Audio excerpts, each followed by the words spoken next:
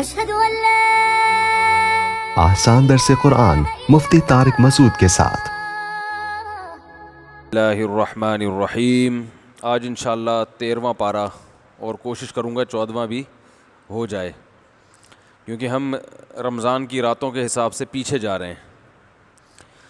2020 رمضان۔ الحمدللہ نحمدہ ونصلی علی رسولہ الکریم۔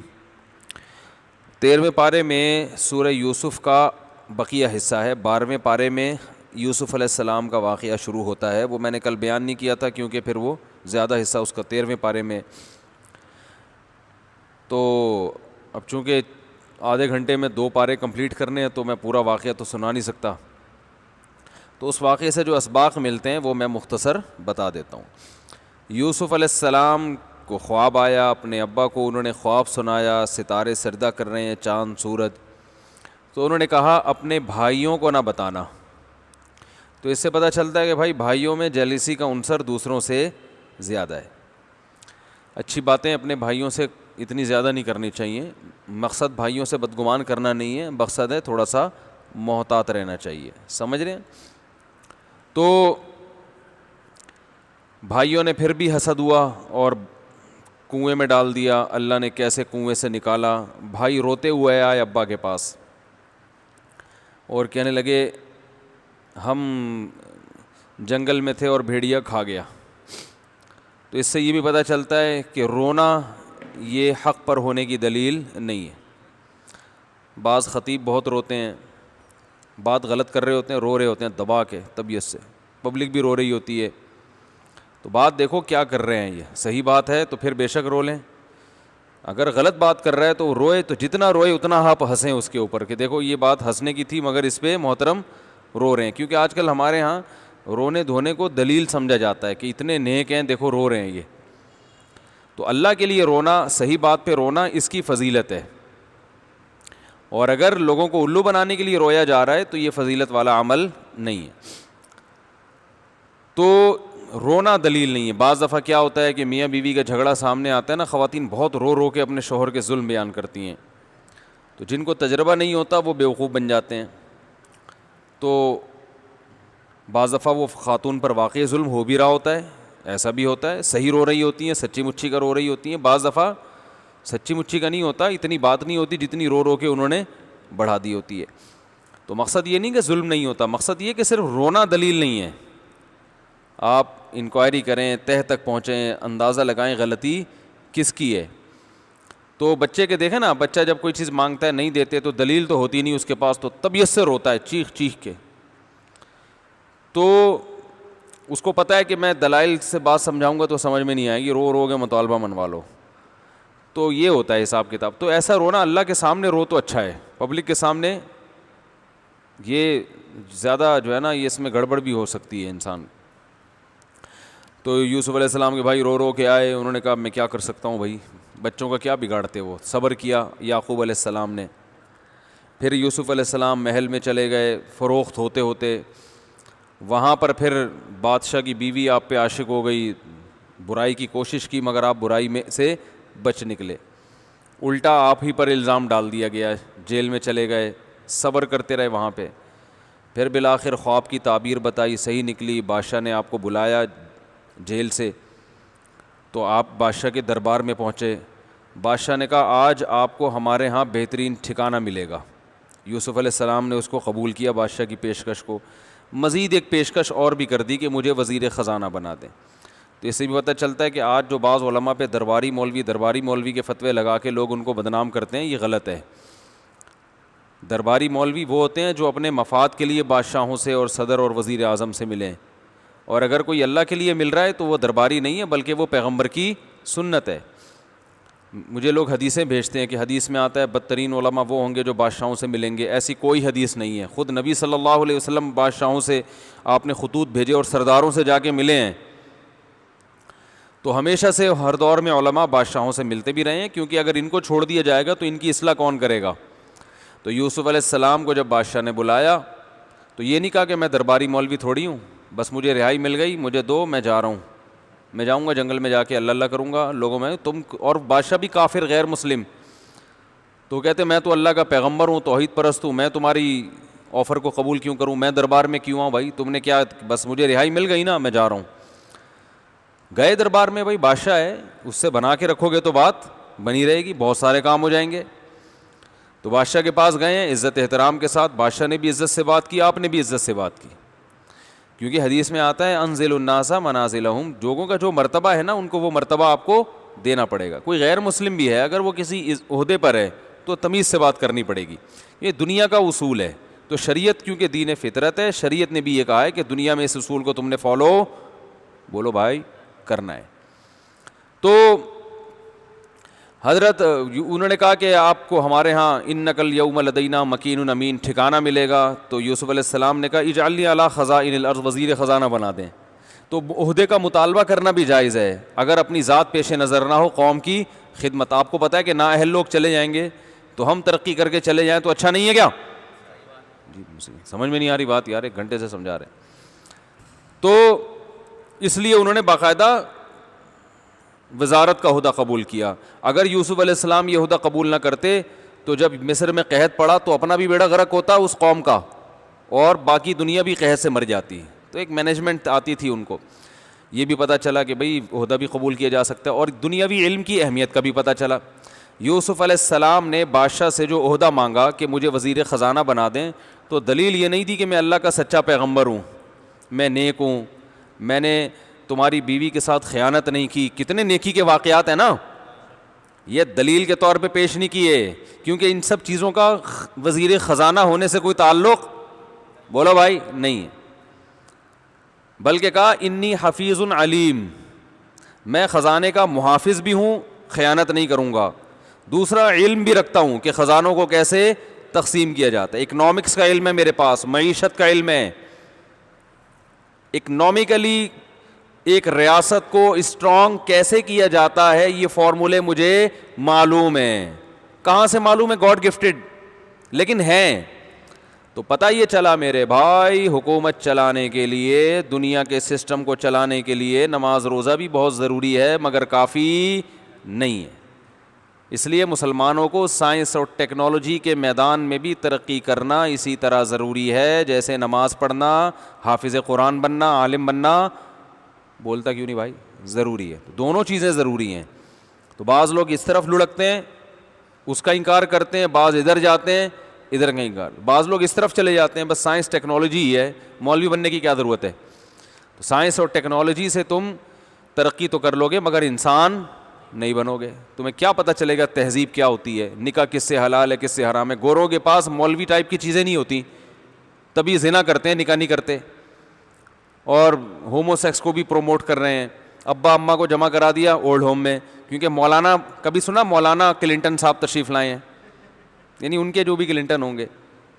وجہ کیا ہے کہ ہمارے یہاں ہوتے ہیں, آپ ابا کو اولڈ ہوم میں جمع کراؤ گے, مولوی صاحب جمعے میں بیان کر دیں گے آپ کے خلاف, جہنم میں جائے گا. ہوگا کہ نہیں ہوگا؟ تو حقوق تو اس مذہب بیان کرتا ہے کیونکہ اللہ کا قانون ہے نا. تو اس لیے دونوں چیزیں ضروری ہیں. ایک صاحب نے مجھے پوچھا کہ علماء نہ ہو تو کیا ہے, میں نے کہا علماء نہ ہو نا تو آپ بوڑھے ہوتے ہی اولڈ ہوم میں جمع ہو جاؤ گے. شکر ادا کرو علماء ہیں جو والدین کی حقوق بیان کرتے ہیں, بیوی بچوں کے حقوق بیان کرتے ہیں, بد نظری کو برا قرار دیتے ہیں. انگریزوں کے ہاں کسی عورت کو بری نیت سے دیکھنا برا عمل نہیں ہے, لہذا شادی کر کے بھی دیکھ لو, کوئی مسئلہ نہیں ہے. تو ان کی بیویاں ترس جاتی ہیں وفا کو, اور تو وہاں سب چل رہا ہے مارکیٹ میں. ابھی کیا میں تفصیل بیان کروں. نشہ بہت زیادہ ہے اس معاشرے میں, کیونکہ نشے کو حرام کہنے والا کوئی نہیں ہے. اور آپ کہہ سکتے ہیں کہ وہ تو لیگل ہے وہاں پہ, بھائی لیگل اس لیے ہے کہ سب پیتے ہیں. تو اسمبلی میں جتنے لوگ بیٹھے ہوئے ہیں زیادہ تر پیتے ہیں, تو وہ شراب کو حرام کر ہی نہیں سکتے, اس لیے لیگل ہے. ہمارے ہاں کیا ہے کہ بھائی قانون تو اللہ نے پہلے بنا دیا, اب آپ پیتے ہو نہیں پیتے ہو وہ اللہ کا قانون ہے, مذہب نے آپ کو اجازت نہیں دی ہے. تو اللہ جب آ گیا تو پھر کیا رہ گیا. تو ہمارے ہاں من حیث القوم برائی کا ریشو وہاں سے کم ہے. میں لوگوں سے ایک بات کہتا ہوں کہ اگر ہمارے ہاں جو برائی بھی ہے نا تو ہمارے حکمرانوں کے نااہل ہونے کی وجہ سے ہے, اور ان کے ہاں جو اچھائی ہے وہ سسٹم کی مضبوطی کی وجہ سے ہے. اس لیے میں لوگوں سے کہتا ہوں ان کے حکمران ہمیں دے دو چند دن کے لیے, تو ہم ان سے اچھے ہو جائیں گے اس قوم سے, اور ہمارے والے ایک ہفتے کے لیے ان کو دے دو, آج جتنے بدتر ہم ہیں نا وہ 6 گنا زیادہ بدتر ہو جائیں گے. نہیں آ رہی سمجھ میں؟ یہ بہت اہم ٹائٹ خاندانی بات کی ہے میں نے. ان کے حکمران 1 مہینے کے لیے ادھار دے دو ہمیں, تو ہم جس کنڈیشن میں آ جائیں اس سے 10 گنا اچھے ہو جائیں گے. اور ہمارے والے حکمران 1 ہفتے کے لیے ان کو دے دو, پھر دیکھو ان کا کیسا بیڑا غرق ہوتا ہے. ہم اس ٹائپ کے حکمرانوں کو رکھ کر بھی اتنے اچھے اسٹائل میں چل رہے ہیں. تو یہ ہمارے مذہب کی خوبی ہے, یہ قانون کی خوبی نہیں ہے. قانون تو ہے ہی نہیں ہمارے ہاں. تو یہ جو کچھ اچھائی ہیں یہ لوگوں کے مذہب کی وجہ سے ہیں یہ. اور ہمارے لبرل لوگ اسی مذہب کو ختم کرنا چاہتے ہیں تاکہ تھوڑی بہت اچھائی مارکیٹ میں رہ گئی ہے وہ بھی کیا ہو جائے, ختم ہو جائے. ہمارے یہاں لوگ ٹیکس نہیں دیتے لیکن ویسے غریبوں کو بہت کھلا دیتے ہیں. تو ٹیکس کا مقصد بھی تو یہی ہوتا ہے نا, حکومت کی جیب میں جائے پھر غریبوں پہ خرچ ہو. دیکھو یورپ میں کیا ہو رہا ہے, کتنا ٹیکس. ابھی میں آسٹریلیا گیا, 43% ٹیکس لیا جا رہا ہے. 43% ٹیکس تنخواہ سے گورنمنٹ کاٹ رہی ہے اور اولڈ ہوم میں غریبوں پہ اور اس جگہ بے روزگاروں کو کھلا رہی ہے. تو یہ کیا احسان ہو گیا بھائی, اپنی جیب سے تھوڑی دے رہی ہے. 43% کا مطلب تقریباً آدھی تنخواہ. یعنی ایک آدمی سے گن پوائنٹ پہ آدھی تنخواہ لے کے بے روزگاروں کو دے دینا, یہ کیا احسان ہے بھائی؟ وہ خود اپنی مرضی سے تھوڑی دے رہا ہے. تو یہ کوئی گورنمنٹ کا کمال تھوڑی ہے کہ وہاں لوگ کہتے ہیں یار بے روزگاروں کے الاؤنس, بوڑھوں کا اتنا خیال. گورنمنٹ کے پاس کون سا اپنا پیسہ ہوتا ہے؟ بوڑھوں کا جو اتنا خیال ہے وہ کیسے ہے؟ بیٹے سے آدھے تنخواہ لے لی اور اس کے ابا کو اولڈ ہوم میں جمع کرا کے اس کو کھلا دیا وہاں پہ. یہ بیٹا اپنے ابا پہ خود خرچ کرنے کے لیے بولو بھائی تیار نہیں. یہ گن پوائنٹ پہ آدھی تنخواہ دے رہا ہے. اسلام نے بتایا تمہارا ابا یہ حکومت کا ابا نہیں ہے, تم اس ابا کو اپنے گھر میں رکھو. جتنا خرچ ہوتا ہے آدھی تنخواہ خرچ ہوتی ہے, آدھی دو. اگر ضرورت 5% سے پوری ہو رہی تو 5%, بعض دفعہ نہیں ہوتا تو, لیکن یہ تنخواہ پوری تمہاری ہے. نہیں آ رہی بات؟ اب بتاؤ جس آدمی سے آدھی تنخواہ ٹیکس ملی جا رہی ہے اس آدمی پہ ظلم ہو رہا ہے کہ نہیں ہو رہا؟ اس ظلم کو نہیں دیکھ رہے لوگ کیونکہ وہ مالدار پہ ہو رہا ہے. تو ظلم تو بھائی ظلم ہے. ایک آدمی کی کمائی آپ آدھی اٹھا کے لے لیں, یہ تو ظلم ہے نا. تو یہ جب ان سسٹم کی گہرائی میں جاؤ گے نا آپ, تو آپ کو لگے گا کہ بھائی اوپر سے حساب کتاب کچھ اور ہے, اندر سے معاملہ کچھ اور ہے. ہم لوگ اچھے ہیں, تنخواہ کم از کم پوری ہماری پینٹ میں تو آتی ہے نا. میں پینٹ نہیں پہنتا, ایک مثال دے رہا ہوں, آتی تو ہے نا, زیادہ تر لوگ تو پہنتے ہیں نا, تو ان کی اپنی پینٹوں میں آ جاتی ہے تنخواہ. ٹیکس کٹتا ہے تھوڑا سا, باقی وہ سارے کس کو کھلاتے ہیں؟ اپنے ابا کو کھلا رہے ہوتے ہیں گھر میں. آج ایک شادی شدہ آدمی, میں اپنی بات کر لوں, میں تو بہت دفعہ شادی شدہ ہوں نا, تو اس لیے میں اپنی مثال زیادہ دے سکتا ہوں. یعنی شادی بہت زیادہ شدہ ہوا ہوں میں ڈبل شادی, اور یعنی بس بول لیں کیا کہہ سکتے ہیں آپ, بہت زیادہ شادی شدہ. تو میری اگر کوئی ارننگ ہے, اگر کیا ہے الحمدللہ, تو میرا خیال ہے میں اپنے اوپر 5% بھی خرچ نہیں کرتا ہوں گا. 95% تو گھر پہ خرچ ہو رہا ہے نا. تو یہ مذہب کی وجہ سے کر رہا ہوں, گورنمنٹ کے کہنے پہ نہیں کر رہا. ٹھیک ہے, مذہب نے کہا ہے کہ خرچ کرو. اب وہ خرچے جتنے بھی بڑھ جائیں, اب اگر میں کسی غیر مسلم ریاست میں ہوتا تو حکومت مجھ سے 50% ٹیکس لیتی اور بچوں کو کھلا رہی ہوتی یا بے روزگاروں کو کھلا رہی ہوتی. سمجھتے ہو کہ نہیں سمجھتے؟ تو یہ اچھا نہیں ہے. اسلام نے کہا کہ بھائی تم ان عورتوں سے نکاح کرو اور تم ان کو کھلاؤ, ان سے پیدا ہونے والی اولاد کو تم اپنی جیب سے کھلاؤ.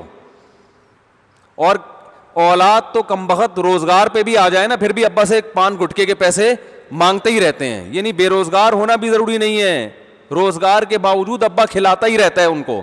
ابا جب کھلانا بند کرتے ہیں جب ابا ریٹائر ہوتا ہے اور پیسے ختم ہو جاتے ہیں, پھر اولاد ابا کو کھلاتی ہے. تو یہ خوبصورت نظام ہے بھائی. ہمارے لبرل لوگ جو ہے نا مغرب سے بڑے متاثر ہیں. وہ ہاتھی کے دانت دکھانے کے ہیں, کھانے کے نہیں ہیں. محبتیں ختم. جب آپ کی آدھی تنخواہ ٹیکس میں لے کر ابا کو اولڈ ہوم میں جب حکومت کھلائے گی تو ابا یہ نہیں سمجھیں گے میرا بچہ مجھے کھلا رہا ہے, ابا کہیں گے گورنمنٹ بہت اچھی ہے, بڑا خیال کرتی ہے. نہیں یاری بات؟ تو گورنمنٹ سے رشتہ مضبوط ہوگا جو صرف ایک فرضی چیز ہے. انسانوں کا آپس میں رشتہ مضبوط نہیں ہوگا. سمجھتے ہو کہ نہیں سمجھتے؟ ہمارے آپس میں رشتے مضبوط ہو رہے ہیں جو نیچرل لائف ہے. گورنمنٹ کا کام تو محض ایک مینجمنٹ ہے, انتظام کے, کوئی کسی پہ ظلم نہ کرے, صرف گورنمنٹ کا یہ کام ہوتا ہے. تو اس لیے میں کہتا ہوں بھائی سسٹم جو ہمارا اسلام ہے وہ رہنے دو, حکمران وہاں سے لے, کیونکہ قانون جو بھی ہے نافذ ہے سختی سے. تو ہمارے یہاں جو اسلام کا قانون ہے نافذ نہیں ہے, نافذ ان سے کروا لو کہ بھائی تم آؤ, تم ذرا سختی کرتے ہو, گڑبڑ نہیں کرتے تو نافذ کر دو. اور یہ والے ہمارے جو ہے نا حکمران, ان کو ادھار دے دیں. میں ادھار اس لیے کہہ رہا ہوں کہ وہ پکے پکے تو لیں گے نہیں کبھی یہ ان سے کہا یار ایک ہفتہ ٹرپ ٹرائی کے لیے, تمہیں اندازہ ہو جائے گا ہماری قسم پرسی کا کہ ہمارا کتنا بڑا ظرف ہے برداشت کر کے بھی ہم گزارا کر رہے ہیں, زندہ ہیں, ہنستے کھیلتے زندگی گزار رہے ہیں. تو ابھی صبح کیا ہوا ہے, کتے کتنے ہو گئے ہیں کراچی میں, ہے نا. ان کو این جی اوز نے مارنے پر پابندی لگائی بھی, کوئی انسانیت ہے؟ کتے مارنے پر پابندی یار, کہ جانوروں کے حقوق. اور اتنے کے ایم سی والے ہمیشہ سے یہ کرتے رہے, ایک قانون تھا کہ کتوں کی تعداد جب بڑھتی وہ مارتے ہیں کتے, اور یہ حدیث سے بھی ثابت ہے. مدینہ میں جب کتوں کی تعداد بڑھتی تھی آپ صلی اللہ علیہ وسلم حکم دے دے صحابہ کو مارو تاکہ کنٹرول میں رہیں. اب اتنے بڑھ گئے ہیں کتے, مارنے پر پابندی. میں نے کہا کے ایم سی والے مارتے کیوں نہیں؟ کہ پابندی ہے بھائی این جی اوز نے, کتوں کے حقوق. اور یہ کتے پاگل ہو کے انسانوں کو کاٹ رہے ہیں, کئی حادثات ہو رہے ہیں. لاڑکانہ میں ابھی کل آج فجر میں بتایا کتنے پاگل کتے کے کاٹنے کے کیسز ہسپتالوں میں آ رہے ہیں. گاؤں دیہاتوں میں تو ان کو تو ویکسینیشن کا پتہ ہی نہیں ہوتا, وہ تو بچے مر جاتے ہیں. ہاں جی ہاں, یہاں بھی نہیں ہے. تو اور بائکوں کے نیچے کتے آ کے ایکسیڈنٹ کا ذریعہ بن رہے ہیں, گاڑیوں کے نیچے آ کے گاڑیوں کے ایکسیڈنٹ ہو رہے ہیں. مگر جی این جی اوز کی طرف سے کتا مارنے پر کیا ہے, جانوروں کے حقوق. انسان جائیں بھاڑ میں معذرت کے ساتھ, اور جانوروں کے حقوق. تو صبح فجر کے بعد اتنے سارے کتوں کا پورا ایک پروگرام چل رہا تھا ہمارے گھر کے باہر. وجہ اس کی یہ کہ اتنے سارے ہو گئے ہیں تو بعض کتے کو ان کو کی نیشنلٹی دینے کے لیے تیار نہیں ہے. یعنی کتوں میں تو ایسا زبردست بارڈر کا نظام ہوتا ہے نا کہ اس گلی کا کتا یہ یہاں کا مقامی کتا ہے, یہ یہیں پیدا ہوا تو اس کو ایکسیپٹ کر لیا جاتا ہے. ساتھ والی گلی کا کتا ادھر آئے گا تو سارے کتے کتے پن پہ آ جاتے ہیں پھر. تو صبح یہی ہوا کہ ایک بیچارہ بھولا بسرا کہیں سے آ گیا کتا, باقی سارے کتوں نے گھیر کے جو اس کی بیچارے کی واٹ لگائی ہے. پہلے تو اس کو تمیز سے سمجھا نکل جائے یہاں سے. وہ کہہ رہے کیوں بھائی, مجھے وہاں سے بھی نکال دیا, میں یہاں سے بھی جاؤں, کنورزیشن ہو رہی ہے. میں پھر باہر نکلا تو وہ بیچارہ کمزور سا کتا وہ پٹ رہا ہے برے طریقے سے, اور جو شور کی آوازیں آ رہی ہیں. تو بھائی اتنے زیادہ ہو گئے ہیں, ہر وقت ان کی لڑائیاں ہو رہی ہیں مگر مار نہیں سکتے آپ. یہ ہے سسٹم. چلو ہم نے ترکی میں کتے دیکھے, ان کے گلے میں پٹے ہوتے ہیں, ان کی ویکسین ہوتی ہے, نمبر ملتا ہے, یہ علامت ہوتی ہے کہ بھئی یہ پاگل نہیں ہے, گورنمنٹ اس کی ذمہ دار ہے. تو پٹا ہے یہ اس کی علامت ہے کہ بھئی یہ گورنمنٹ ذمہ دار ہے. یہ ہمارے آوارہ کتے گھوم رہے ہیں, کوئی پاگل ہو جائے, کوئی کتا بتائے گا تھوڑی کہ میں پاگل ہوں, ذرا احتیاط سے رہو مجھ سے, تو وہ تو کاٹ لے گا. اتنے خطرناک موت واقع ہوتی ہے. اور بعض دفعہ کتا کاٹے نہیں, صرف اتنا سا ناخن بھی لگ گیا نا اس کا تو بس گیا کام سے آدمی. تو خیر کہاں سے کہاں بات چلی گئی بھائی. یہ لاک ڈاؤن میں تو کتوں کا اور زیادہ اجتماع ہو گیا ہے. کتے بہت سارے کھڑے ہوئے ہوتے ہیں, آپس میں باتیں کر رہے ہوتے ہیں کہ یار پہلی دفعہ ایسا ہوا ہے کہ انسان بند ہے اور ہم گھوم رہے ہیں, ورنہ ہمیشہ اس کے برخلاف ہوتا تھا. آپس میں باتیں کر رہے ہیں, انسان کہاں گئے. اچھا بھائی وہ سوچ رہے ہوں گے اس دفعہ کے ایم سی والوں نے ہمیں مارنے کے بجائے انسانوں کو تو نہیں مار دیا. اچھا بھائی یوسف علیہ السلام کو نے جو ہے نا باقاعدہ عہدہ مانگا بھی ہے, اور وجہ کیا ہے بھائی. اچھا میں یہ بتا رہا تھا اس سے دنیا کے علم کی فضیلت بھی معلوم ہوتی ہے کہ دنیا کا علم بھی شریعت میں ضروری ہے. داؤد علیہ السلام کو اللہ نے لوہا پگھلانا سکھایا, جا کے جنگ ہوگی تو نماز بھی پڑھتے تھے اور زریں بنا کے لڑائیاں بھی کرتے تھے. تو اسباب اور وسائل کو بھی پورا اختیار کرنا چاہیے. تو نہ دین کے علم کی اہمیت کو کم کرنا چاہیے, نہ سائنس اور ٹیکنالوجی کی اہمیت کو. تو مسلمانوں کو دونوں رخ پہ کام کرنا ہے, مکھنچو بن کے زندگی نہیں گزارنی. اور دینداروں کی زیادہ ذمہ داری ہے کہ وہ اس دنیاوی علم میں آگے بڑھنے کی کوشش کریں. سمجھ رہے ہیں. تو یہ تو یوسف علیہ السلام کے واقعہ سے کچھ اسباق تھے, اور بہت سارے اسباق ہیں. اور اس میں یہ ہے کہ جب یوسف علیہ السلام کو رہائی ملی ہے اور پھر بالآخر یوسف علیہ السلام مصر کے بادشاہ بن گئے, پھر جب اپنے سارے رشتہ داروں کو مصر میں بلا لیا, تو اس سے پتہ چلتا ہے شہر کی زندگی گاؤں کی زندگی سے, بولو بھائی اچھی. اپنے رشتہ داروں کو بولا ادھر آ جاؤ, تو سب اپنے ابا اور سارے رشتہ دار بھائی بہنیں اور سب لوگ 90 کے قریب افراد تھے جو مصر میں آ گئے. تو یہ شہر کی زندگی کی فضیلت ہے زیادہ. گاؤں میں بھی بہت سے فائدے ہوتے ہیں مگر شہر میں انسان کی جو مینٹل اپروچ ہے نا وہ بہت بڑھ جاتی ہے, کیونکہ بہت زیادہ لوگوں سے واسطہ پڑتا ہے اس کا. سمجھتے ہیں کہ نہیں سمجھتے؟ پھر جی یوسف علیہ الصلاۃ والسلام کے واقعے میں اور ملتے ہیں, چونکہ ہم نے آج 2 پارے مکمل کرنے ہیں تو اس لیے میں ذرا اسپیڈ ماروں گا آج. اس کے بعد سورہ رعد ہے. سورہ رعد میں اللہ تعالیٰ نے اپنے قدرت کے دلائل بیان کیے کہ کیسے اللہ تعالیٰ نے جو ہے نا آسمان کو بنایا بغیر ستون کے, مد الارض زمین کو پھیلا دیا اور ہر طرح کے پھل اس میں پیدا کر دیے. اور کیا ہے سنوان وغیر سنوان یسقى بماء واحد, ایک پانی ہے انگور کو پودے کو بھی وہی, انگور کی بیل کو, انار کو بھی وہی, کھجور کو بھی وہی, ایک پانی, ایک کھاد, ایک مٹی, لیکن پھل کیسے مختلف قسم کے پیدا ہو رہے ہیں, ان کے ذائقے مختلف, ان کے رنگ مختلف. یہ ساری اللہ کی قدرت کی دلیلیں ہیں. اس میں اللہ نے یہ بھی فرمایا ان اللہ لا یغیر ما بقوم حتی یغیروا ما بانفسہم, اللہ اس قوم کی حالت اس وقت تک نہیں بدلتا جب تک وہ اپنی حالت خود نہ تبدیل کر لے. تو اس سے پتہ چلتا ہے دعا مانگنا بھی ضروری ہے, اسباب اختیار کرنا بھی ضروری. خود کوشش کرو گے تو ہوگا, ورنہ بیٹھے رہو آرام سے. وظیفے پڑھنے سے نہیں ہوتا. ایک خاتون نے کہا میرا میاں ایسا, میرا میاں ویسا, میرا میاں یوں, میرا میاں یوں. میں نے کہا اگر آپ سچ بول رہی ہیں تو اس میاں سے پہلی فرصت میں علیحدگی اختیار کر لو. اتنا ظالم آدمی, سال سال کا خرچہ نہیں دے رہا اور گھر میں نہیں رکھتا, اپنے اماں کے گھر ہی بیگم کو رکھا ہوا ہے, وہیں رہو. تو پھر کیا کرنا ہے بھائی, اور حالانکہ کما بھی رہے. تو انہوں نے کہا نہیں مجھے کوئی وظیفہ بتا دیں تاکہ ٹھیک ہو جائے. میں نے کہا ٹھیک ہے, چند سال ضائع کیے تو 2-4 سال وظیفوں میں اور ضائع کریں, جب بڈھی ہو جاؤ گی تو پھر ویسے ہی کوئی طلاق کے بعد بھی کوئی شادی نہیں کرے گا. اسی طرح اب ایسا نہ ہو کہ خواتین بلا وجہ اپنے میاؤں کو چھوٹی چھوٹی باتوں پہ کھلا لینا شروع کر دیں, وہ غلط ہے. لیکن ہر چیز کو گراؤنڈ ریئلٹی دیکھ کے فیصلہ کیا کریں. مہلت تجربہ بھی ایک حد تک ہوتا ہے. ماں باپ بڑا ظلم کرتے ہیں, مار رہا ہے, پیٹ رہا ہے, داماد ہر طرح کا ظلم کر رہا ہے, لیکن بس نہیں جی وہ دعا کر رہے ہیں ٹھیک ہو جائے گا. دعائیں کرتے رہیں لیکن فیصلے جو کرنے ہیں, کسی چرسی کا رشتہ آیا کرے تو قبول کر لیا کریں اس امید پر کہ بھائی چرسی ہے, ہم دعا کریں گے شادی کے بعد ٹھیک ہو جائے گا. تو دیتے ہیں کوئی رشتہ ایسے, ہیروئن چی ہے, وہ پائپ کے نیچے بیٹھ کے ہیروئن پیتا ہے, تو آپ نے رشتہ اس لیے دے دیا. وہ خود حیران ہو رہا ہے مجھے کیوں رشتہ دے دیا. بھائی آپ کو اس لیے دے دیا کہ شادی ہو جائے گی تو ہم دعا مانگیں گے, انشاءاللہ 27ویں رات میں دعا ہماری قبول ہوگی اور آپ ہیروئن پینا چھوڑ دیں. اور بھائی دعا قبول ہو نہ ہو تو یہ والے انداز سے ہو یا کسی اور انداز سے ہو, تو وہ تو دعائیں تو مانگنی ہے, لیکن زمینی حقائق کو سامنے رکھ کے فیصلہ کیا جاتا ہے. بھائی ہیروئن چی, ہاں سمجھ رہے ہیں نا, ہیروئن چی اس قابل نہیں ہے کہ اس کو اتنا فری کرایا جائے. اس کو بولو پہلے چھوڑ دو, توبہ کر لو, اور ہمیں پتہ چل جائے کہ تم نے ہمیشہ کے لیے چھوڑ دی ہے. اور توبہ تو اللہ قبول کرتا ہے, وہ دل کی حالت جانتے ہیں, ہم دل کی حالت نہیں جانتے. تو 1 سال تک ہم دیکھیں گے پائپ کے اندر تم نظر نہیں آئے ہمیں, پھر ہمیں یقین ہو جائے گا کہ آپ نے پکی توبہ کر لی ہے, پھر ٹھیک ہے. تو اللہ نے اہل ایمان کی صفات بیان کی, یوفون بعہد اللہ ولا ینقضون المیثاق, عہد کو پورا کرتے ہیں, ایگریمنٹ کو, وعدے نہیں توڑتے. اور بہت ساری اللہ نے صورت میں اہل ایمان کی صفات کو بیان کیا.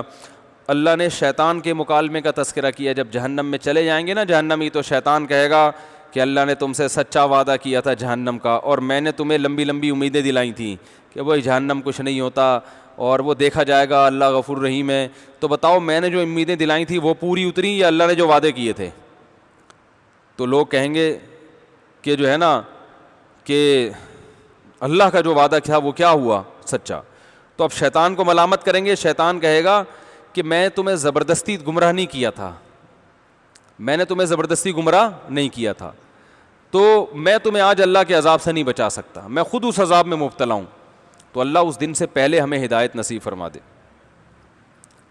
اللہ نے کلمہ طیبہ کی بڑی پیاری مثال دی ہے اس میں, کلمہ توحید کی. ابراہیم علیہ السلام کا تذکرہ کیا کہ کیسے ابراہیم علیہ السلام نے مکہ کے لیے دعا مانگی تھی, اللہ اس بیابان زمین کو آباد کر دے. تو کیسا آباد کیا اللہ نے ان کی دعا کی برکت سے کہ پوری دنیا سے لوگ چلے آ رہے ہیں. اس کے بعد 14واں پارہ ہے. اس 14ویں پارے میں اللہ نے فرمایا کہ یہ جو اللہ کے نافرمان خوب عیش و عشرت کی زندگی گزار رہے ہیں, ان کی عیش کو دیکھ کر متاثر نہ ہو. یود الذین کفروا لو کانوا مسلمین, جب یہ آخرت کا عذاب دیکھیں گے تو کہیں گے کاش ہم اللہ کے فرما بردار بن کے زندگی گزارتے. اس میں بھی اللہ نے اپنی قدرتوں کو بیان کیا. والارض مددناها والقینا فیها رواسي وانبتنا فیها من كل شیء موزون وجعلنا لكم فیها معائش. کیسے زمین میں ہم نے پہاڑ گاڑ دیے اور کیسے زمین میں ہر طرح کی چیزیں پیدا کر دیں اور تمہارا معاش تمہارا رزق ہم نے زمین میں رکھ دیا. تو وارسلنا الرياح لواقح, ہوا کیسے بھاری بھرکم بادلوں کو لے کے چلتی ہے پانی سے بھرے ہوئے. ایک ایک بادل میں نا سینکڑوں ٹینکروں کے برابر پانی ہوتا ہے. سینکڑوں کا لفظ بھی میں نے کم استعمال کیا, اتنا پانی چھوٹے سے ٹکڑے میں ہوتا ہے اور ہوا اتنے بڑے ٹینکروں کو اٹھا کے لے جا رہی ہے. ویسے ٹینکر سخی حسن سے منگواؤ پانی کا تو کتنا ٹائم لگتا ہے نا یہاں پہنچنے میں. کیا خیال ہے بھائی؟ اللہ بارش کے ذریعے ایسے لاکھوں گیلن کروڑوں گیلن پانی ہواؤں میں, ہوا کو کہتا ہے, یہ ہوا کو ویسے بولو یہ ٹینکر اڑا کے لے لائے گی, لیکن یہی ہوا سمندر سے اتنا پانی اٹھا کے اللہ کی قدرت کی دلیل بنتی ہے. جاؤ لے جا کے برساؤ پانی, اور دنا دن بارش ہوتی ہے, زمین میں پانی جاتا ہے, پیداوار اگتی ہے. اللہ فرماتے ہیں یہ اس کی قدرتیں ہیں, یہ آٹومیٹیکلی خود بخود نہیں ہو رہا. اگر یہ خود بخود ہو رہا ہے نا تو یہ سسٹم آٹومیٹک مشین بھی تو کوئی کسی نے بنائی ہوتی ہے نا. سائنسدان کہتے ہیں تو خود بخود ہو رہا ہے, سورج کی گرمی سے پانی ابلتا ہے, پانی اوپر جاتا ہے تو پھر ہوا سے یوں جاتا ہے, پھر یوں جا کے یوں برس جاتا ہے, ویکیوم بنتا ہے تو یوں ہو جاتا ہے. تو یہ جو پورا سسٹم بنایا گیا ہے یہ سسٹم آٹومیٹک تھوڑی بن سکتا ہے. او بھائی آٹومیٹک مشین تو زیادہ پیچیدہ ہوتی ہے, اس کو بنانے والے زیادہ ماہر سائنسدان ہوتے ہیں. ایک مینول مشین خود سے وجود میں نہیں آ سکتی, آٹومیٹک کیسے آ سکتی ہے؟ نہیں آ رہی سمجھ میں؟ آپ کی آ رہی ہے, سائنسدانوں کی نہیں آ رہی سمجھ میں. تو اللہ تعالیٰ نے یہاں یہ بھی بیان کیا. پھر اللہ تعالیٰ نے اس میں دوبارہ قوم لوط علیہ السلام کا واقعہ بیان کیا جو کل کے بھی آیا تھا نا, کہ لڑکوں سے بدفعلی کیا کرتے تھے اور لوط علیہ السلام نے ان کو سمجھایا, ان کی سمجھ میں نہیں آیا. اللہ نے فرمایا کہ لوط علیہ السلام کیسے پریشان تھے, انہا اولائی ضیفی فلا تفضحون, یہ میرے مہمان ہیں مجھے رسوا مت کرو, اللہ سے ڈرو. تو قوم جواب میں کہتی ہے ہم نے آپ کو منع نہیں کیا تھا اپنے گھر میں مہمان کو مت آنے دیں, آپ نے کیوں, جب آپ کو ہماری عادتوں کا پتہ تھا تو مہمان کو گھر میں داخل ہونے دیا کیوں؟ انہوں نے کہا میری قوم کی بیٹیاں ان سے نکاح کرو. اللہ فرماتے لعمرک انہم لفی سکرتہم یعمہون, اے محمد صلی اللہ علیہ وسلم ہمیں آپ کی عمر کی قسم, وہ نشے میں مدہوش تھے, انہیں لوط علیہ السلام کی قسم پرسی اور ان کی جو قابل ترس حالت ہے اس پہ ذرا بھی ترس نہیں آ رہا تھا. انسان جب نشے میں, شہوت کے نشے میں ہوتا ہے نا, اور جب ظلم پہ اترتا ہے تو پھر وہ سامنے والے کو نہیں دیکھتا کہ کیا ہے. فَأَخَذَتْهُمُ الصَّيْحَةُ مُشْرِقِينَ, صبح ہوئی ہے اور ایک آواز نے پکڑا ان کو, اور ہم نے فَجَعَلْنَا عَلِيَهَا سَافِلَهَا, زمین کے اوپر کے حصے کو الٹ کے نیچے کر دیا. تو اللہ کو لڑکوں سے بدفعلی کی بیماری سے بہت شدید نفرت ہے, اس لیے اس کو اللہ نہ کرے کوئی اس بیماری میں مبتلا ہے فوراً چھوڑ دے, اور چھوڑنے کے بعد وہ تمام اسباب سے دور رہے جو اس بیماری کے قریب لے کے جاتے ہیں, کیونکہ عادت خراب ہو گئی نا. دیکھیں انسان کی نیچر یہ ہے ہی نہیں کہ اس کی طبیعت لڑکے کی طرف جائے, کتنا ہی خوبصورت لڑکا ہو, کبھی کسی انسان کی طبیعت نہیں جاتی. یہ ہوتا ہے جب عادت خراب ہو جائے, کسی اور نے خراب کر دی عادت, یا وقت پہ نکاح نہیں ہوا, فحش چیزیں دیکھ دیکھ کے شہوت بھڑکتی ہے, جب حلال سے پوری نہیں ہوتی تو حرام کی طرف جاتا ہے, اس سے مزاج بگڑ جاتا ہے. پھر جیسے پہلی دفعہ شراب کسی کے منہ کے قریب لے کے جاؤ, بدبو سے وہ توڑ دے گا بوتل, اس کو اچھی نہیں لگے گی, لیکن اسی گند کو کھانے کا عادی ہو جائے تو پھر اس کے بغیر گزارا نہیں ہوتا. تو جس کو بھی لڑکوں سے بدفعلی کی عادت پڑ گئی ہو تو پہلے تو کسی بزرگ سے اصلاحی تعلق قائم کرے. ہمارے ہاں بزرگ الحمدللہ ہوتے ہیں, بعض لوگوں کے یہاں تو بزرگ کا سلسلہ ہی ختم ہو گیا. ہمارے ہاں الحمدللہ بزرگ ہوتے ہیں, آپ ان کے پاس جائیں, ان کے پاس بیٹھیں, اپنی بیماری بتائیں, وہ آپ کو اللہ اللہ سکھائیں گے. اللہ سے اس مردار کی جگہ اللہ کی محبت ڈال دیں گے آپ کے دل میں. ان کی ہدایات پر عمل کریں اور نظر کی حفاظت کریں. جس سے کوئی ایسا عشق ہو گیا اس کے کبھی قریب مت جائیں, اس کا کبھی تصور مت کریں. ایک نوجوان نے مجھے بتایا کہ مجھے کسی لڑکے سے عشق ہو گیا, مجھے بہت اچھا لگتا تھا, بار بار اس کے پاس جا کے باتیں کرتا, برائی نہیں کی لیکن عشق ہو گیا. کہہ رہے جب مجھے اللہ کا خوف پیدا ہوا نا تو میں نے اس سے بولا کہ یہ اب دوبارہ مجھ سے کبھی ملنے کے لیے نہیں آنا. کہہ رہے ہیں وہ پھر آنے لگا تو میں نے ایک تھپڑ لگا دیا اس کی. بظاہر غیر اخلاقی حرکت ہے مگر یہاں تھپڑ اللہ کو بہت پسند ہے. ٹھیک ہے نا, تمیز سے مان نہیں رہے بھائی, میں نے آپ کو بول دیا کہ آپ مجھ سے ملاقات کے لیے نہ. ایسے موقع پہ تھپڑ لگانا ہوتا بڑا مشکل ہے, لیکن جو اللہ کے لیے, اس تھپڑ کی بعد میں تلافی کر لیں کسی اور طریقے سے. اول تو تلافی کی ضرورت نہیں, جب بتا دیا بھائی نہیں ملاقات کرو, آپ کی وجہ سے مجھے نقصان ہو رہا ہے, میری صحت خراب ہو رہی ہے, میرا ایمان خراب ہو رہا ہے, ہمارا آپس کی دوستی کا تعلق کیا ہے, ختم. کو ہوتے ہیں وہ تو چپکتے ہیں, تو لگا دو ایک کھینچ کے اس کو تھپڑ, بولو دفعہ ہو یہاں سے. جب بول دیا ایک بات تو سمجھ میں کیوں نہیں آ رہی. تو یہ بڑا دل گردے کا کام ہے, دل پہ آڑے چلیں گے, مگر یہ قربانی اللہ کے لیے, اس پہ اللہ آپ کو دنیا میں بھی بہت نوازے گا اور آخرت میں تو نوازے گا ہی.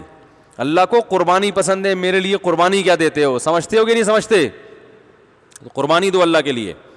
علماء کہتے ہیں لڑکی کا عشق اتنا خطرناک نہیں ہے کیونکہ وہ نیچرل ہے, اس پہ نکاح کے ذریعے پوری ہو سکتی ہے خواہش. لڑکے کا عشق یہ تو کبھی بھی خواہش پوری نہیں, یہ تو نیچرل ہی نہیں ہے. آپ کو شہد کھانے کا دل چاہتا ہے, پیسے نہیں ہے جیب میں, لیکن دل بہت چاہ رہا ہے, تو بھائی پیسوں کا انتظام کا مشورہ دیا جائے گا نا. لیکن اگر گوبر کھانے کا دل چاہ رہا ہے تو بھائی شہد کا تو دل چاہ رہا ہے, وہ نیچر ہے. منع اس لیے کیا جائے گا جب پیسے نہیں ہیں تو بھائی صبر کرو, نہیں دیکھو شہد کی طرف, یہی ہوگا نا. لیکن گوبر کھانے کا دل چاہ رہا ہے تو جتنے بھی پیسے ہیں آپ کے بھنگی اور چمار ہونے کی علامت ہے, یہ کبھی بھی حلال نہیں ہو, تو آپ خود گندے ہو گئے ہو. تو اللہ نے نکاح کا راستہ رکھا ہے بھائی, وقت پہ شادی ہو جائے نا انسان ان گندگیوں سے بچ جاتا ہے, اور شادی نہیں ہوتی تو بس بہت سارے مسائل کھڑے ہوتے ہیں.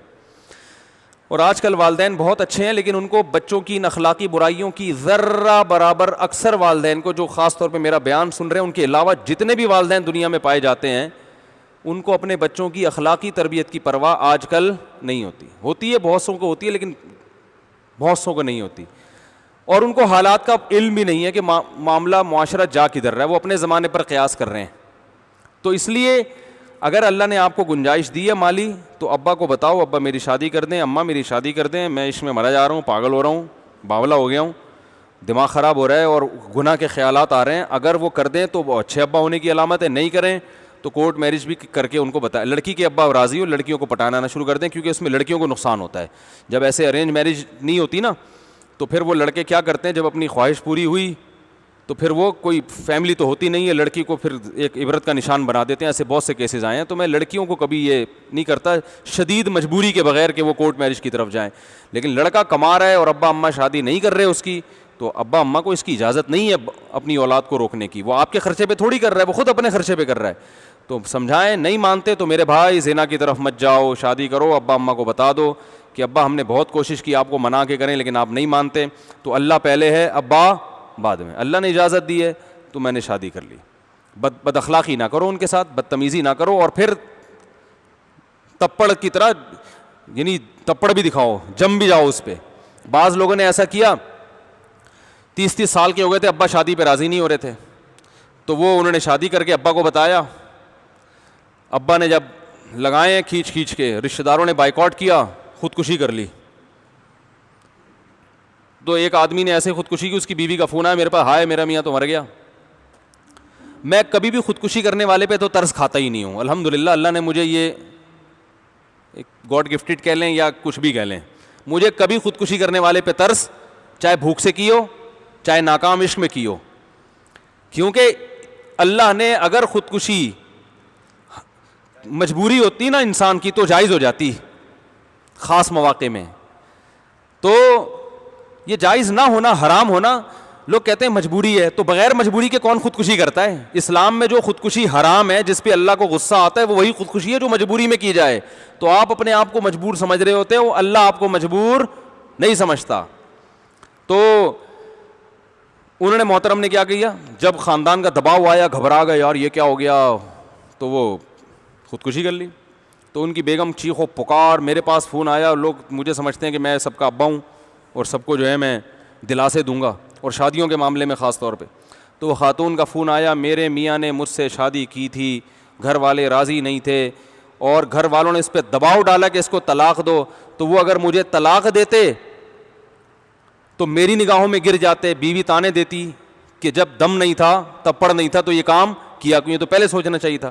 اور اگر طلاق نہیں دیتے تو ابا اماں اور پورا خاندان ایک طرف. تو انہوں نے پرچہ لکھا کہ میں ہمیشہ ہمیشہ کے لیے اس دنیا سے جا رہا ہوں, اور میں اپنے والدین کا میں بہت چلے گئے. تو وہ خاتون رو رہی تھی. میں نے کہا شکر کرو اولاد نہیں ہے ابھی اور آرام سے جان چھوڑ گئی. صحیح ہے نا ٹھیک ہے نا, آرام سے, کیونکہ بھائی نکاح کرنا اس آدمی کا کام ہے جو امی سے پوچھ پوچھ کے اگر چلے گا نا. بعض دفعہ امی کا تو بہت بڑا حق ہے بھائی, لیکن بیوی کا حق ادا کرنے کے لیے امی سے نہیں پوچھنا پڑتا. ایک صاحب نے بتایا کہ میری بیٹی کے لیے رشتہ آیا ہے, لڑکا بہت ماں باپ کا فرما بردار ہے. میں نے کہا بہت نیک ہے. کہہ رہے کوئی بات امی سے پوچھے بغیر نہیں کرتا. میں نے کہا تو نیک ہونے کی علامت ہے, لیکن اس میں اس بات کا خطرہ ہے کہ پھر آپ کی بچی کے حقوق بھی امی سے پوچھے بغیر ادا نہیں کرے گا. تو امی کا بھی لیبارٹری ٹیسٹ کروا لو کہ ان کے گھر میں اگر کوئی دوسری بہویں ہیں تو ان کا سلوک ان کے ساتھ کیسا ہے, کیونکہ بعض دفعہ امی اپنے بیٹے کو بہو کا حق ادا نہیں کرنے دیتی. تو پھر یہ جو مسئلہ ہوگا نا, بیگم کا دل چاہے گا آج میرا پیزا کھانے کا دل چاہ رہا ہے, کہے گا امی کھلا دوں ٹھیک ہے, تو پھر ساس بہو کے کیا شروع ہو جائیں گے, بولو بھائی جھگڑے. ماں کا تو بہت بڑا حق ہے. میں یہ نہیں کہہ رہا امیوں کے نافرمان بنے, ماں تو ماں ہوتی ہے بھائی, اس کو تو قدموں میں گر جاؤ, لیکن ماں کے کہنے کے پہ کسی کے ساتھ ظلم بھی تو جائز نہیں ہے نا. تو بعض مائیں جو میرا بیان نہیں سن رہی وہ یہ کرتی ہیں کہ وہ ظلم کرواتی ہیں بہوؤں کے اوپر. ہوتا ہے ہمارے معاشرے میں, بعض بہویں جیسے ساسوں پہ ظلم کرتی ہیں کہ نہیں کرتی. بعض بہویں ساسوں پہ ظلم کرتی ہیں, ساس سے تمیز سے بات نہیں کرتی, وہ بیچاری کوئی خدمت کا کہتی ہے تو کرتی نہیں ہے, اس کی زندگی حرام کر دیتی ہیں, ادب احترام نہیں کرتی. تو ایسے موقع پر اگر شوہر جورو کا غلام بن جائے, بیوی کا غلام بن جائے, تو ماں کو غصہ آتا ہے نا کہ بھئی پالا پوسا میں نے اور یہ جورو کا غلام بن گیا. اماں کو پیسے دینے سے پہلے بھی بیوی سے پوچھ رہا ہوتا ہے. تو جیسے اماں کی خدمت کے لیے بیگم سے نہیں پوچھا جاتا, خدمت کی جاتی ہے, تو ایسے ہی بیوی کے جو واجب حقوق ہیں وہ ادا کرنے کے لیے اماں کو بتایا جاتا ہے, پوچھا نہیں جاتا. اور اچھی امائیں جو ہمارے معاشرے میں, ان کی بھی بہت بڑی تعداد ہے الحمدللہ, خیر غالب ہے, وہ خوش ہوتی ہیں کہ بیٹا جو ہے بہو کے حقوق ادا بولتا کیوں نہیں ہے بھائی, کر رہا ہے. ہاں اخلاقی طور پر پوچھنا وہ ایک الگ چیز ہے.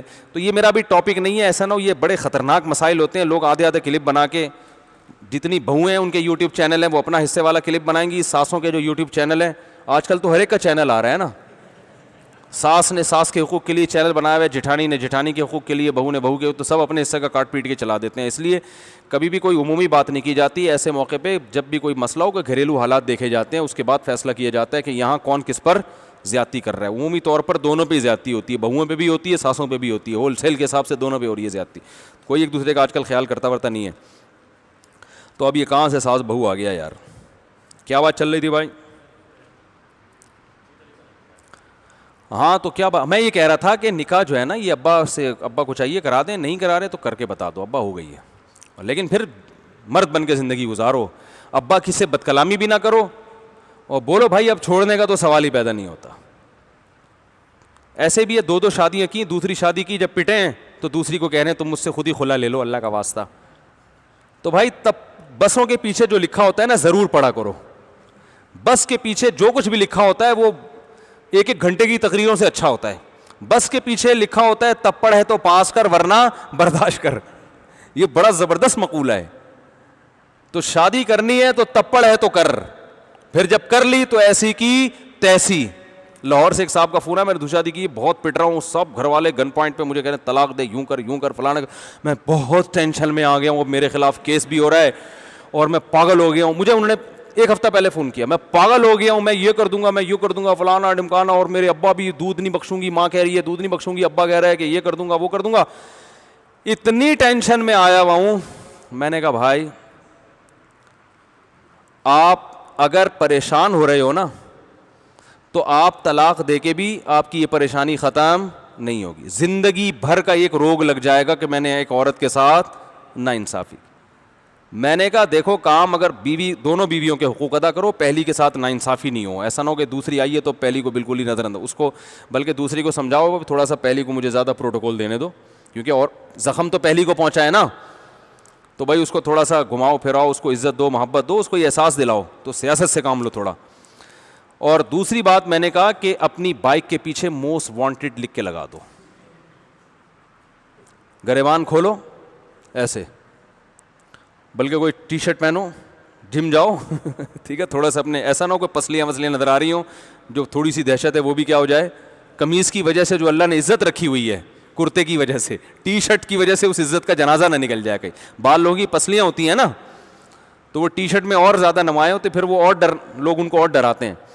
تو میں نے کہا آپ بولو کہ کسی کے باپ میں دم ہے تو میرے خاندانی معاملات میں گھس کے دکھائے, وہ میں نے کی ہے, میں رکھوں گا, دونوں کے حقوق ادا کروں گا, ایسی کی تیسی, جو کرنا ہے کر لو, کیس کرنا ہے کیس کرو, آپ جو کر سکو گے وہ آپ کر لینا, جو ہم سے ہو سکے گا وہ ہم کر لیں گے. چھوڑنے کا تو سوال ہی پیدا, بولو بھائی, نہیں ہو. ایک آدمی نے کی نا دوسری, تو اس کے رشتہ داروں نے, دوسری طلاق یافتہ تھی, وہ پہلی طلاق, اس کو دوبارہ طلاق ہو جاتی, اس کا تو بیڑا گرک ہو جاتا اس لڑکی کا. تو پہلے والے رشتہ داروں نے داماد پہ اتنا دباؤ ڈالا, وہ کہیں میرا منجا ہوا تھا نا, میرے بیان سنتا تھا, میں نے اس کو سمجھایا ہوا تھا. تو پتہ ہے کیا کہتا ہے, انہوں نے کہا ہم تمہیں قتل کر دیں گے. اس نے کہا بھائی یہ چاپڑ لو, میرے قتلے بنا دو, کاٹ کے نا قتلے بنا دو, جب تک جان ہے نا خون کا ایک قطرہ بھی ہے, میں طلاق کا لفظ ہی زبان سے نکالوں گا, ایسی کی تیسی. میں نے کہا یہ معاشرہ اس طرح سے جینے والوں کو جینے دیتا ہے, اور یہ جو بھیگی بلی بنے ہوئے نا ٹھٹرے ہوئے, دیکھیں وہ پتہ کیا کر رہا تھا, دوسری کی ہے ایکچولی, اصل میں وہ مسئلہ میرے ساتھ یہ تھا کہ وہ پہلی بیگم جو ہے نا, وہ اصل میں وہ مجھے کچھ مسائل تھے, وہ کھانا نہیں پکاتی تھی. تو ابے میں نے کہا بھائی بہت اچھی بیوی ہے, یوں بولو, اتنی اچھی بیوی ہے کہ کسی کو ایسی بیوی ملی نہیں ہے.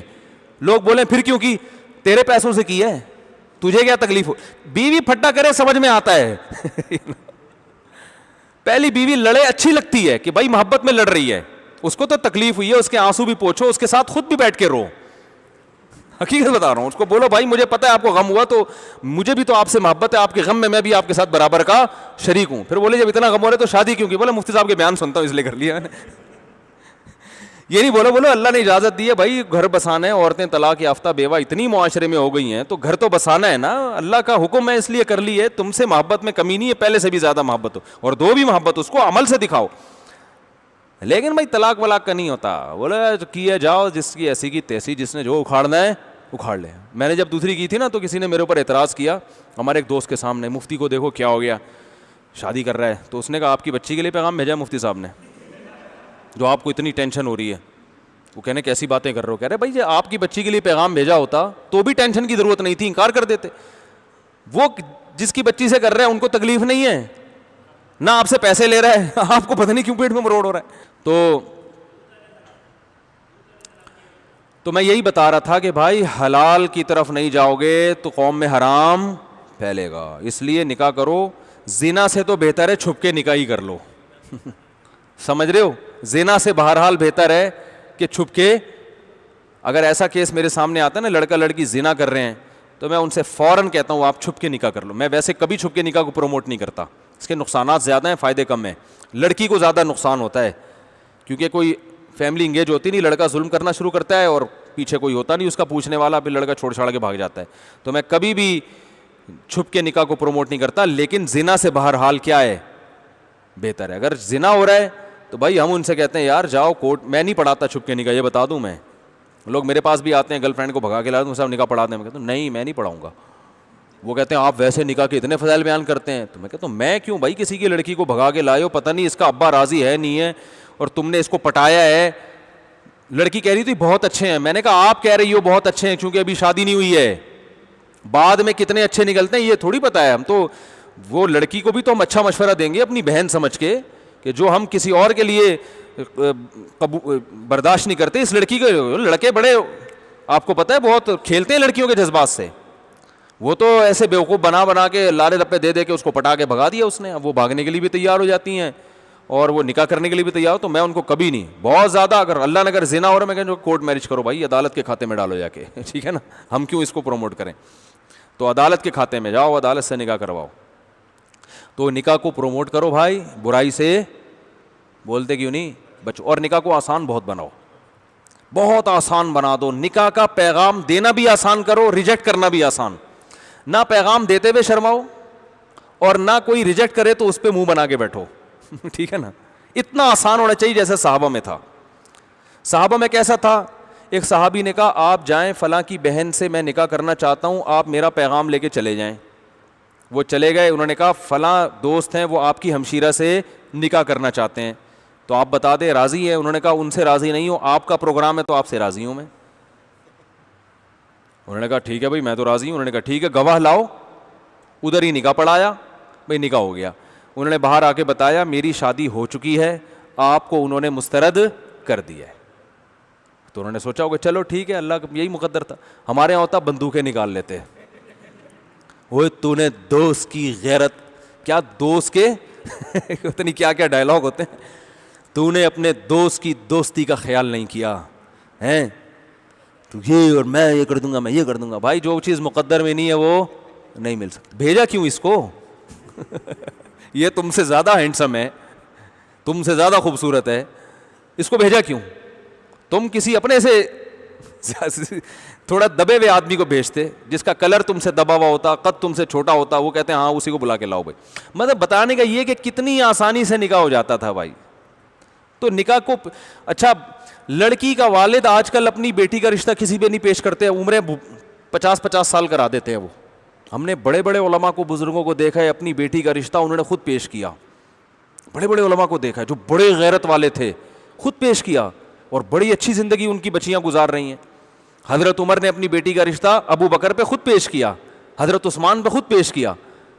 تو آج کل اس کو بھی غیرت کے خلاف سمجھا جاتا ہے, لیکن اتنا ضرور ہے کہ جس پہ پیش کریں وہ تھوڑا غیرت والا ہو. ایسا نہ ہو آپ کو ساری دنیا کو جا کے بتا رہا ہے یہ تو خود میرے پیچھے پڑا ہوا تھا. تو یہ پھر ایسے جو کمتر لوگ ہیں ان ایسا نہیں, اس میں سامنے والے میں غیرت ہونی چاہیے. تو رسول اللہ صلی اللہ علیہ وسلم نے حکم دیا آسان بناؤ. تو لوط علیہ السلام کے واقعے سے ہمیں یہی سبق ملتا ہے جو ہم پبلک کو سمجھا کے رہے ہیں, لیکن پبلک سمجھنے کے لیے تیار نہیں ہے. وہ محاسبے مراقبوں میں لگیں گے. جو بچنا چاہتے ہیں نا وہ کہتے ہیں ہم یوں کر لیں بھائی, نکاح کرو, سب سے پہلے کیا ہے نکاح, بال بچے بیوی بچے گھر داری ہوگی, ویسے ہی 10 برائیوں سے اور بچ جاتا ہے انسان, مصروف ہو جاتا ہے. وہ سمجھ رہے ہیں بیگم ویسے ہی نہیں کچھ برائی کرنے دیتی. ابا کو تو الو بناتا ہے آدمی, مدنی مسجد سے آ رہا ہوں 2 بجے, بیگم کو پتہ چل جائے گا چہرے کی رونق دیکھ کے کہ کہاں سے تشریف آوری ہو رہی ہے.